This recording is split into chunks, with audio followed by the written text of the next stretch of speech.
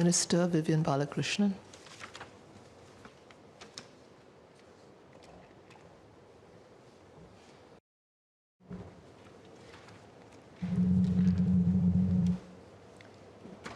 Madam Chairperson, this is the 10th time I'm addressing the Committee of Supply as the Minister for Foreign Affairs. And I've never seen the world more disrupted, more volatile, or more dangerous. So this is a more somber, a more careful, and a brutally frank message this year. The common thread in all the interventions so far has been this big question: has the post-World War II liberal world order come to an end? This is a world order which has prevailed for 80 years. In 2025, Singapore celebrates our 60th anniversary, but it is also the 80th anniversary of the end of the Second World War. In these 6 decades, successive generations of hardworking and disciplined Singaporeans have built up our tiny city-state into an outstanding beacon of economic and social success. That we did so without any natural resources or past fiscal reserves is all the more remarkable. But we should also be realistic and humble enough to be cognizant that there were external factors that were very conducive to our success.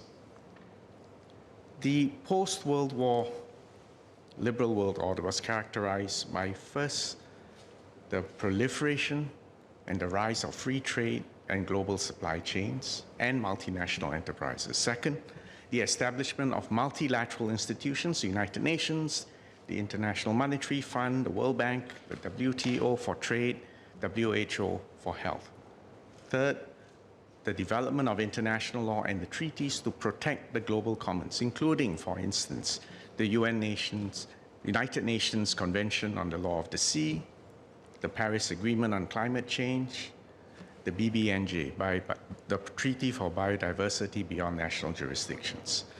This world order was initially envisioned and underwritten by the United States and supported by its transatlantic allies in Western Europe. In turn, it was boosted by the reform and opening Kaifang in China under Mr. Deng Xiaoping since 1978, the economic liberalization of India under Prime Minister Narasimha Rao since 1991, and the integration of ASEAN economies, especially at the end of the Cold War, when Indochina joined us. And this global order was very favorable for a tiny city-state which has a trade volume 3 times our GDP, and Singapore's role as a global financial center, and our business ecosystem with intensive interactions between local and foreign companies engaged in advanced manufacturing and the provision of sophisticated services for a global market.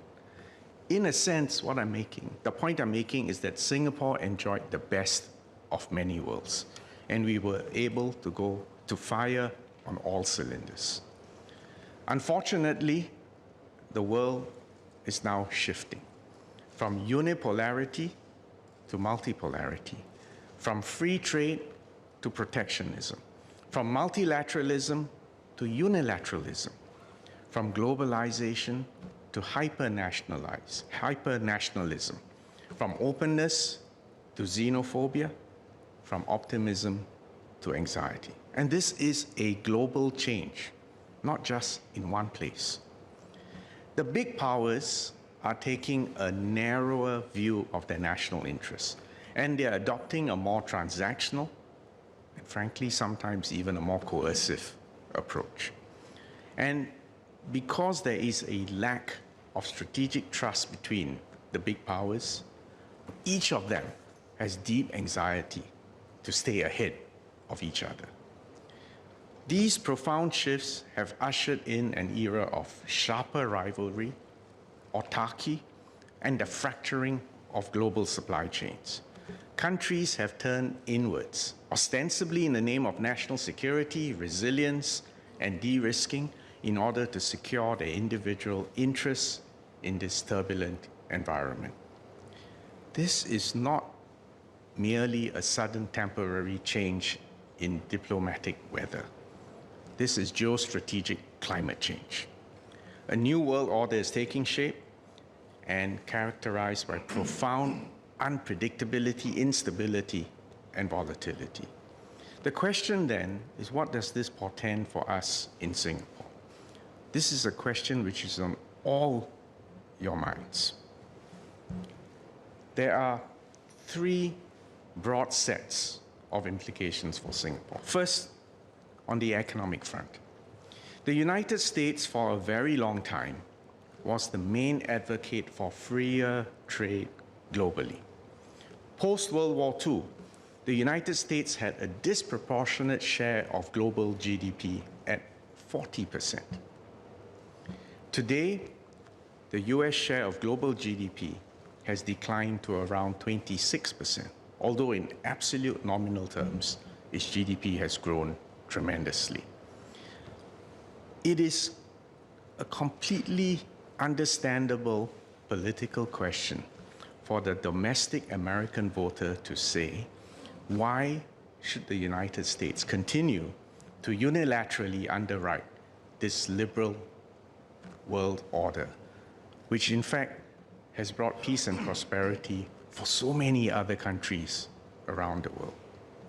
And so, over the last decade, the United States has progressively shifted to a more nationalist approach in response to what it deems to be unfair trade measures and free riding.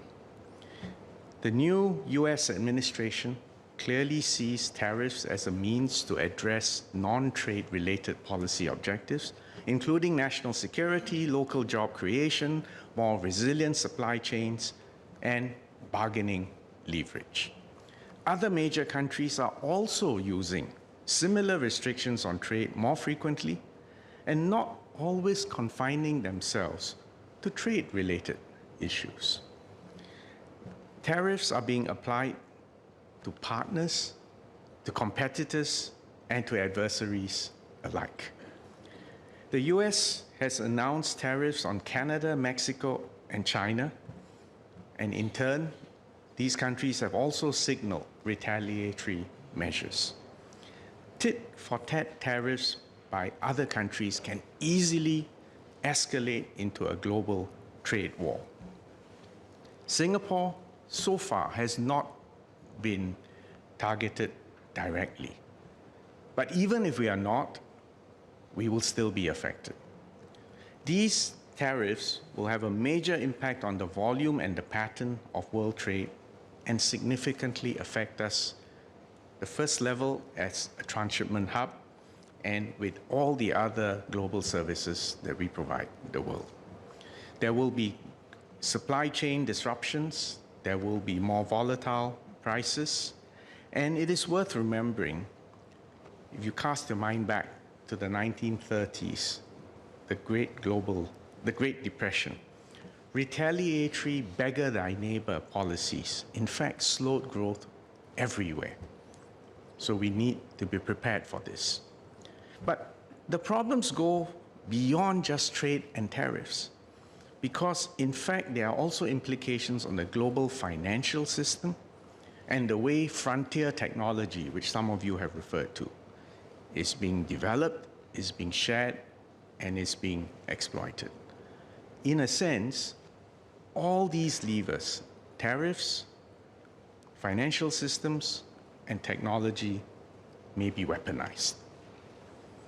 Now, because Singapore operates as an open economy that is deeply integrated with all the big powers around the world, we trade, invest, and access technologies from all of them. We are a vital node in a global network. We connect and we enable interoperability. The Singapore model is based on trust, openness, and a level playing field.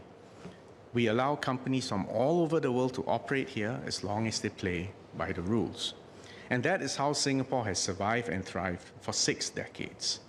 This open paradigm that has served us so well for 6 decades is now at risk.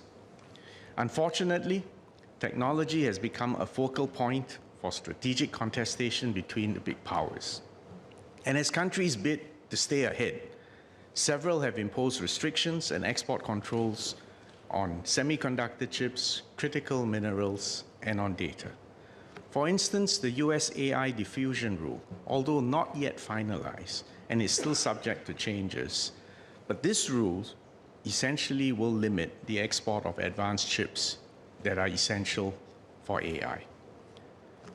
China's retaliatory restrictions on its own exports of critical minerals to the US will also disrupt supply chains, raise production costs, and have an impact on global R&D and innovation. And amidst the heightened scrutiny over advanced technology, Singapore may be criticized for working with or hosting companies and officials from one side or the other, or both. There will be centrifugal pressure from all sides that will make it increasingly hard for us to operate, and it will threaten our raison d'etre as an open hub. The second set of implications is on war and peace. The Russia-Ukraine war has now entered its 4th year. In its immediate aftermath, global energy and food prices surged, and this worsened global inflation in 2022. Russia cited historical errors and crazy decisions to justify an invasion and to annex territory of its smaller neighbor. As a tiny city-state that has been independent for only 60 years, this immediately rang alarm bells for us in Singapore. I have known the Russian foreign minister for quite a long time, so we have very open conversations. And in 2022, I explained to him that because of Singapore's circumstances, we had to uphold the principles of sovereign equality and territorial integrity. Similarly, I had a telephone conversation with my counterpart from Ukraine, Andriy Sybiha, last week. I asked him about the war, not about the details, the operational details, but about why this was happening. And he told me, and I'm paraphrasing, that this war is about his country's sovereignty, his country's territorial integrity, and freedom to choose how to organize a society and to have a closer strategic relationship with Europe. And then for good measure, he added laconically, and our critical minerals. Both Russia and Ukraine, and I've taken pains to emphasize that in all my interactions with the foreign ministers, know that Singapore is upholding principles and we're not taking sides. The Europeans and Americans initially responded forcefully to defend Ukraine and to isolate Russia. But recent pronouncements and actions by the new US administration, most recently the dramatic live video from the Oval Office, have dramatically underlined a change in long-standing US policy. It is now clear that the transatlantic relationship is under severe strain, and NATO members are now seriously and urgently rethinking their strategic and security situation and their policy options. In fact, meetings are going on even now as we speak. And cast your mind one more step. After the failure of the security guarantees for Ukraine that were given in 1994 in exchange for giving up its nuclear weapons, after what has happened to Ukraine, I doubt any current nuclear or proto-nuclear weapon state will ever give up its nuclear option. And all this makes for a much more dangerous world. Closer home, tensions in the South China Sea, through which 1/3 of global trade passes through, continue to simmer. The Taiwan Straits remains a potential flashpoint, and we all know that tensions have increased in recent years. All these global developments on both the economic and geostrategic fronts have profound implications for us.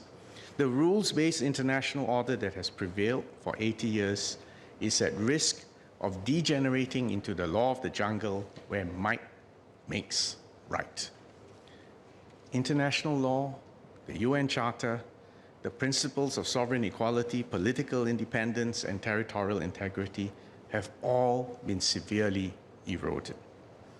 We may, in fact, be reverting to a time when the world is divided into blocs controlled by big powers.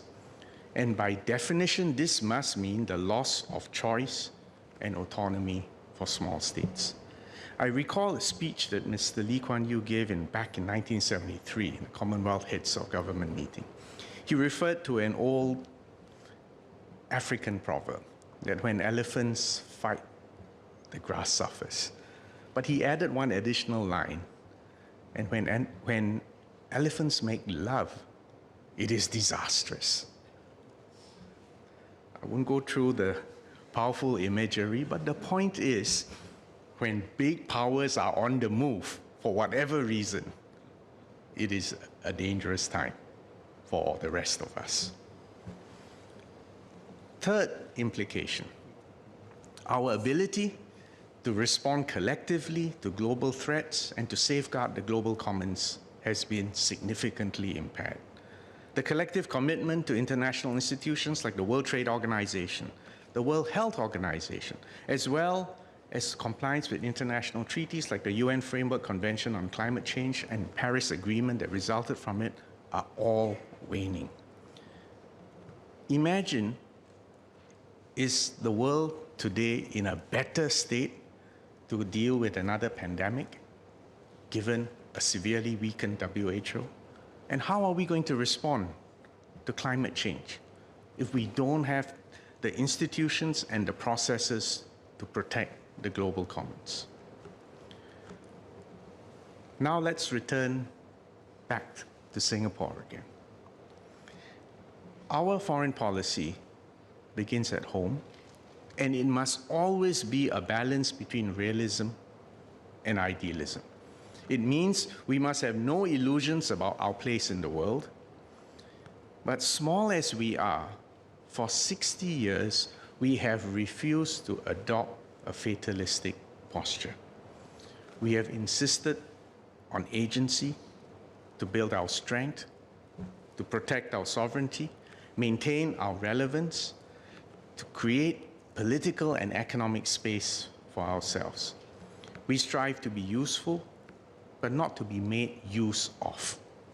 And of course, to avoid becoming a sacrificial pawn between big powers. Now, I've dwelt at length on the dangers arising from the end of the previous world order. The point is, I'm making an appeal for us all to be alert, to be realistic, and to be careful in these dangerous times. But a note of caution is not a call for pessimism, because in fact, Singapore has good reason to have confidence in our future due to the pioneering work of past generations. Today, we are in a strong position. Our core strengths are based on three key pillars. First, our economic strength and our reserves. Second, our ability to stand on our 2 feet and to defend ourselves. And third, our domestic cohesion. Because of our strength economically, we cannot be bullied or bought. We have significant national reserves, and if the biggest criticism that we face in this budget is budget marksmanship and having more reserves than we had anticipated. I think that's a reason for celebration, considering the circumstances in which we are going into. This is an enormous advantage. You know, on the international stage, if you have to put your hand out for assistance, it means you have no say. It is a big advantage for Singapore not to have to beg for aid. We have no need for assistance or loans that will subject us to external pressure. We are not dependent on any single external partner. And perhaps even more importantly, and you've just heard Minister Ng's speech earlier, we do not depend on any external country to defend Singapore. We have the capability and the will to defend ourselves. For 6 decades, we've invested fiscal resources approved by Parliament, and every man in this chamber and his sons has served national service. The fact that everybody knows that we're good for our money and we put our blood where we stand on is the core of deterrence and respect. But all this is not enough if we didn't have unity at home. And we need to live up to the pledge to be one united people regardless of race, language, or religion. And on this note, I want to thank the opposition that so far we have worked on the basis that politics stops at the water's edge.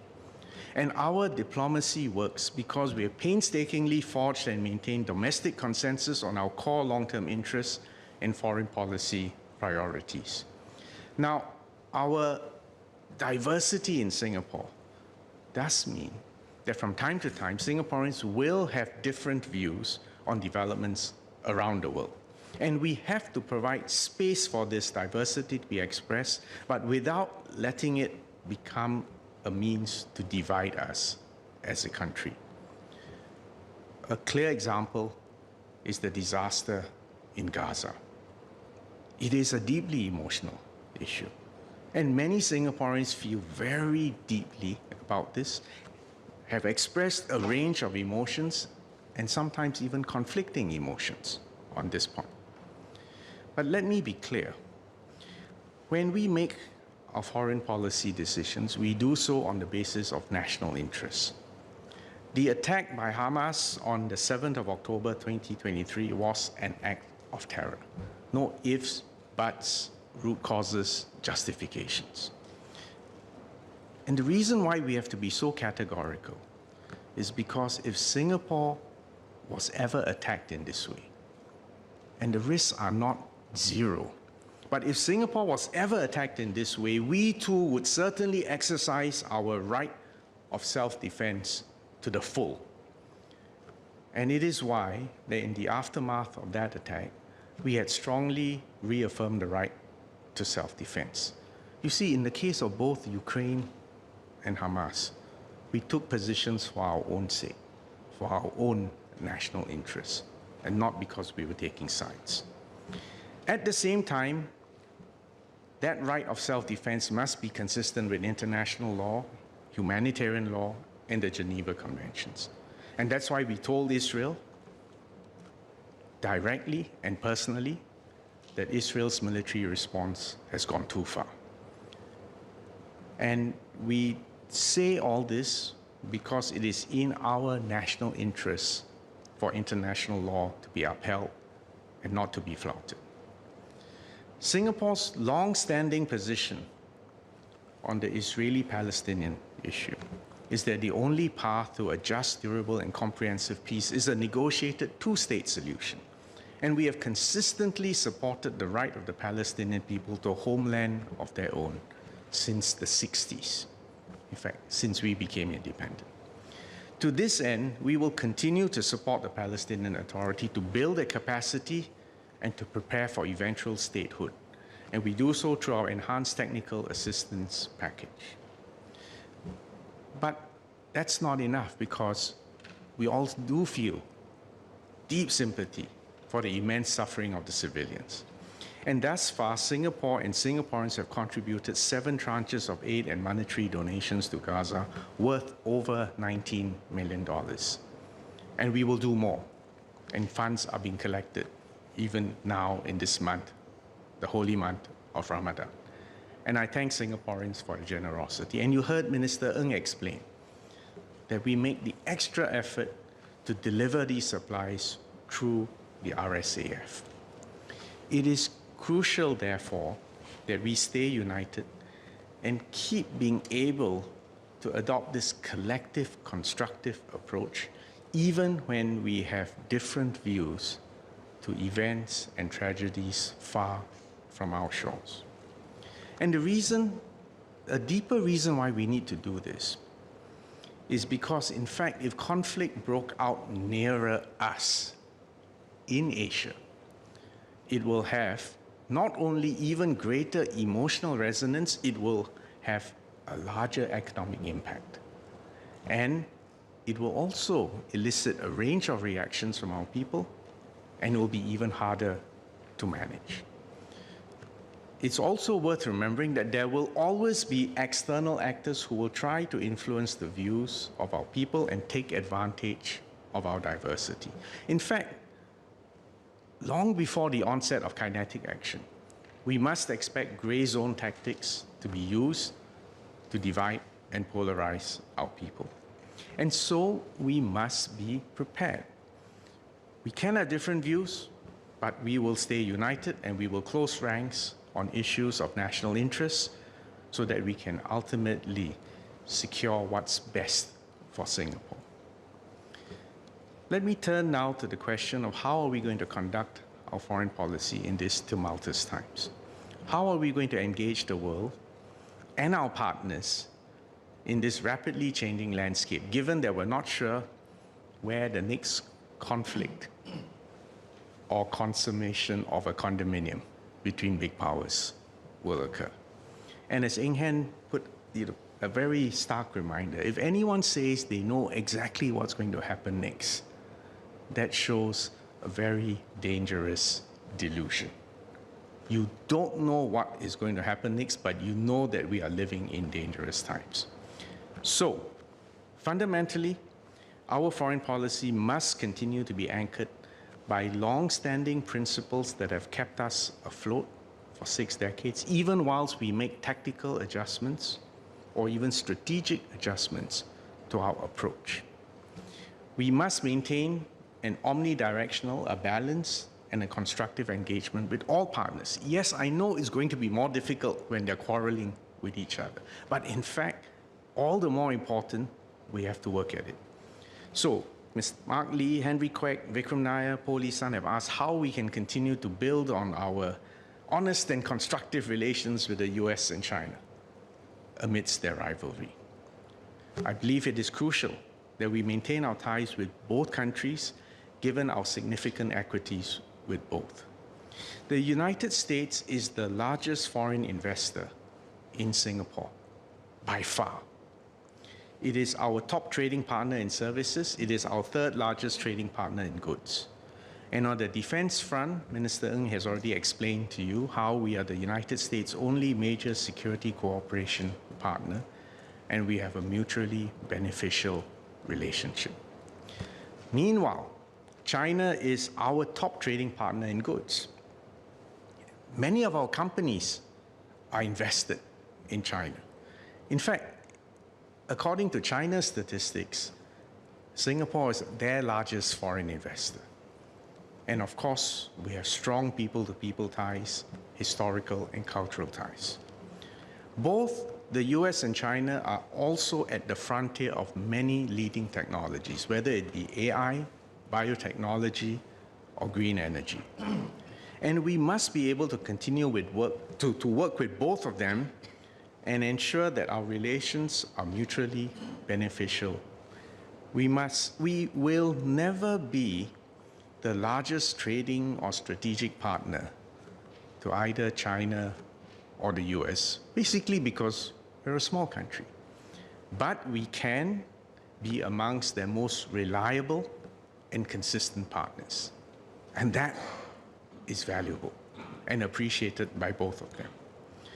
We have maintained our relevance and credibility with both powers by being consistent, by being transparent, and being constructive. And we don't simply tell them what they want to hear, but we are principled, we're trustworthy, and we play a straight game. And both of them know that when Singapore takes a stand, it's not because we're doing it at the behest of its rival, of its adversary, but that we take a stand because we have done our own calculation of what is in our long-term enlightened national interests. Moving on to our immediate neighborhood, we must continue to strengthen our ties in our region bilaterally, especially and most intensively with Malaysia and Indonesia, and obviously with ASEAN. We will continue to do so on the basis of interdependency, mutual respect, and aim to build healthy relations which will be crucial for stability and growth of our entire region. Joan Pereira, Mr. Vikram Nair has asked about the state of our relations with Malaysia and Indonesia, respectively. I think we all know there's much to be gained by working together constructively with your most immediate neighbours. With Malaysia, we have continued to work on the delimitation of our maritime boundaries. There's still some areas there to be settled. We are negotiating on airspace and on water. Both Prime Minister Lawrence Wong and Prime Minister Anwar Ibrahim have committed to not allow any single issue to overshadow our overall positive agenda. And we are pursuing mutually beneficial projects, both bilaterally and regionally, to strengthen connections and connectivity for the long term. With Indonesia, the expanded framework agreements on airspace, defense, and extradition entered into force last year. And this was a major achievement. President Prabowo has now taken over. Fortunately for us, he is familiar with Singapore, and we've been able to work well with him. In fact, Prime Minister Lawrence Wong was the first foreign leader to visit Jakarta after President Prabowo took office. We are making good progress, including in areas like renewable energy, human capital development, and particularly in the fields of education and healthcare. Mr. Liang Yinghua asked how we can ensure ASEAN's continued relevance and centrality. It's worth remembering that ASEAN was founded in 1967 on the principle that either we hang together or we'll be hung separately. It was forged in a time when Southeast Asia was an arena for proxy wars during the Cold War period. And ASEAN's founder members were the non-communist part of Southeast Asia. Well, given that we are now entering another dangerous, volatile phase, this concept of hanging together has just become even more salient. ASEAN so far has been able to maintain regional peace and stability and enable all of us collectively to focus on economic growth and in particular economic integration. All member states are concerned about the wider geopolitical developments and the intensifying contestation. And ASEAN's convening power will remain relevant and important in the years ahead to ensure that whilst we do not want to be an arena for proxy wars, we do want to be a safe harbor where all powers will have a stake in our success, and that we can maximize opportunities and autonomy for ASEAN member states. We must also do far more with each other and double down on ASEAN's economic integration in order to improve our collective value proposition and collective resilience, especially in food and energy. And we are looking to conclude negotiations on the ASEAN Trade in Goods Agreement upgrade this year, which will grow intra-ASEAN trade. We are also making progress on new economic areas. We aim to conclude the Digital Economy Framework Agreement this year, and we're making progress on the ASEAN Power Grid. Beyond our immediate neighborhood, it is also crucial for us to make common cause with as many partners as possible including India, Japan, the Middle East, Africa, Europe, Latin America, Australia, New Zealand, and the Pacific Islands.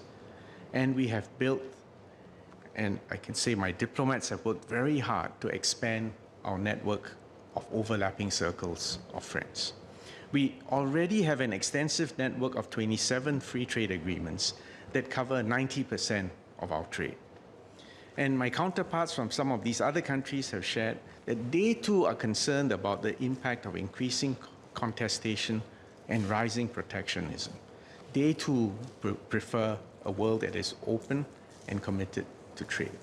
And this means that even though free trade has had a setback, we can still make common cause with those who believe it is a formula for mutual peace and prosperity. And we've got to keep that flame going. So for instance, members may or may not be aware that we have been able to sign new free trade agreements in the last few years. For instance, Mercosur in 2023, which is Argentina, Brazil, Uruguay, Paraguay, and the Pacific Alliance, which is Peru, Chile, Mexico, Colombia, in 2022. And if you actually pay attention to these countries, in fact, their elections have thrown up a variety of a very wide diversity of political parties, but they have all been keen to do free trade agreements with us. We believe these will expand markets and increase opportunities for us in Latin America. We're also pressing ahead on the digital economy. Singapore, New Zealand, and Chile signed the Digital Economy Partnership Agreement in 2020. The ROK became the latest entrant to this agreement in 2024. And there are several other aspirants in the queue with whom we are in discussion. We've also concluded negotiations on the EU-Singapore Digital Trade Agreement in July 2024. And we agreed to elevate relations with India to a comprehensive strategic partnership, and we are well poised to participate in India's growth potential. With Australia, we're setting an ambitious agenda for the next phase of our comprehensive strategic partnership, which will be refreshed this year. It will cover cooperation in emerging areas like AI, biotechnology, renewable energy, and we will also elevate our enhanced partnership with New Zealand.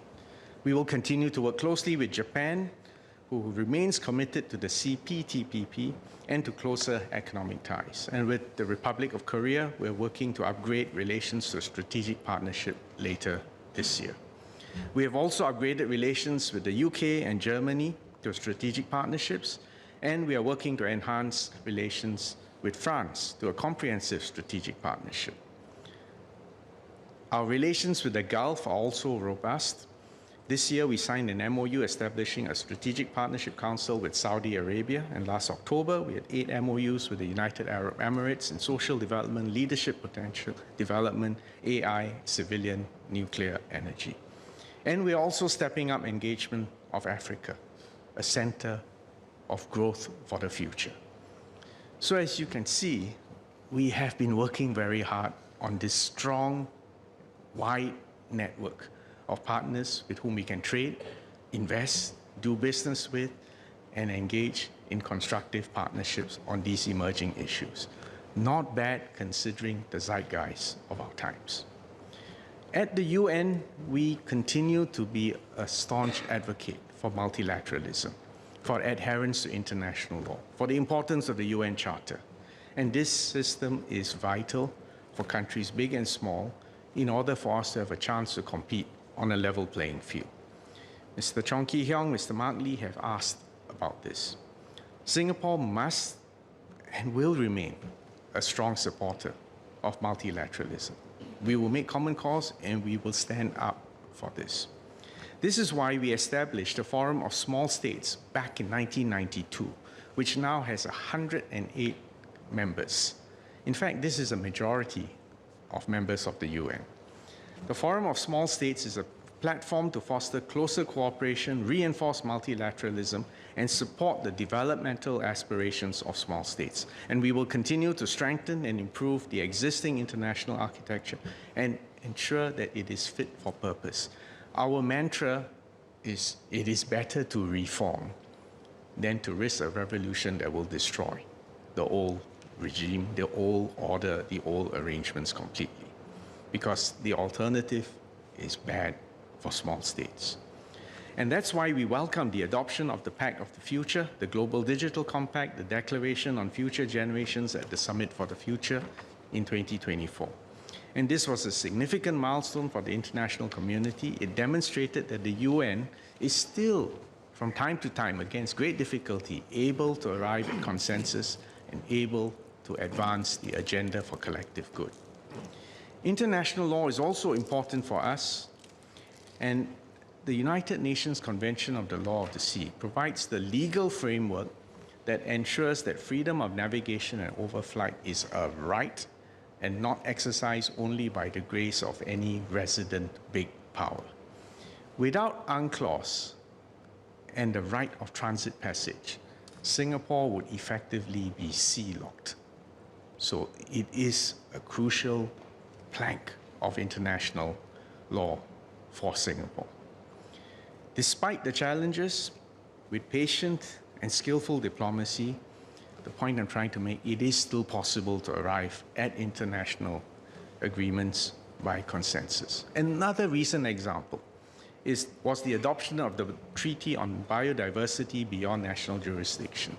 This agreement was settled in June 23. Our ambassador, Rina Lee, presided over the intergovernmental conference.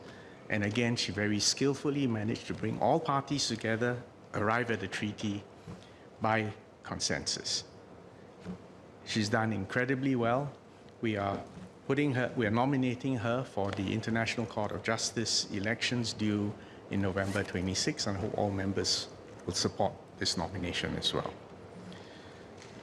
Madam Chair, staying open and nimble in seizing new opportunities in technological frontiers has also been the other cylinder for Singapore's success. And actually, the short answer to the question you raised on how to maintain our access to frontier technologies, the short answer is openness and trust. We must actively create opportunities that will enable Singapore to be a magnet for ideas, technology, talent, and capital. Mr. Neil Parekh, Ms. Po Lee San have asked how we can do this, especially in critical and emerging technology and given the contestation between the big powers. We already have actively advanced cooperation with a range of like-minded partners on emerging technology, and this includes our partners like the US, China, India, UK, Japan, Germany, France, and Australia. Now, we remain clear-eyed that there is strategic contestation between the major powers, and it does complicate our attempts to create an open platform. Nevertheless, we remain plugged into international conversations on technology standards and norm settings in line with our own national interests. Our permanent representative to the UN in New York, Mr. Berhan Ghafor, serves as the chairman of the UN Open-Ended Working Group on Security of and the Use of Infocomms Technology. So that means he has to work intensively with the entire international community to advance policy discussions, norms, generate practical solutions to preserve international peace and security in cyberspace and maximize opportunities.